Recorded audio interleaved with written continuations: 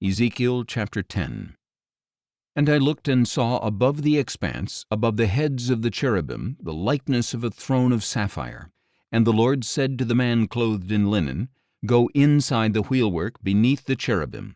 Fill your hands with burning coals from among the cherubim and scatter them over the city. And as I watched, he went in. Now when the man went in, the cherubim were standing on the south side of the temple, and a cloud filled the inner court. Then the glory of the Lord rose from above the cherubim and stood over the threshold of the temple.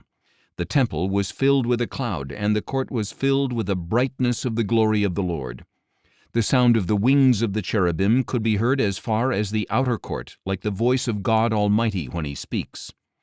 When the Lord commanded the man clothed in linen, saying, Take fire from within the wheelwork from among the cherubim, the man went in and stood beside a wheel. Then one of the cherubim reached out his hand and took some of the fire that was among them, and he put it into the hands of the man clothed in linen, who received it and went out. The cherubim appeared to have the form of human hands under their wings. Then I looked and saw 4 wheels beside the cherubim, 1 wheel beside each cherub, and the wheels gleamed like a beryl stone.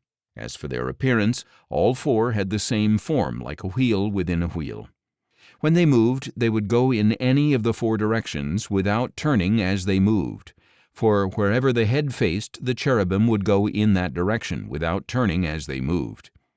Their entire bodies, including their backs, hands, and wings, were full of eyes all around, as were their 4 wheels. I heard the wheels being called the whirling wheels. Each of the cherubim had 4 faces. The first face was that of a cherub, the second that of a man, the third that of a lion, and the fourth that of an eagle. Then the cherubim rose upward. These were the living creatures I had seen by the river Chebar.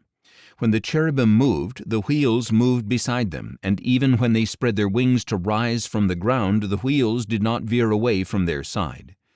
When the cherubim stood still, the wheels also stood still, and when they ascended, the wheels ascended with them, for the spirit of the living creatures was in the wheels. Then the glory of the Lord moved away from the threshold of the temple and stood above the cherubim.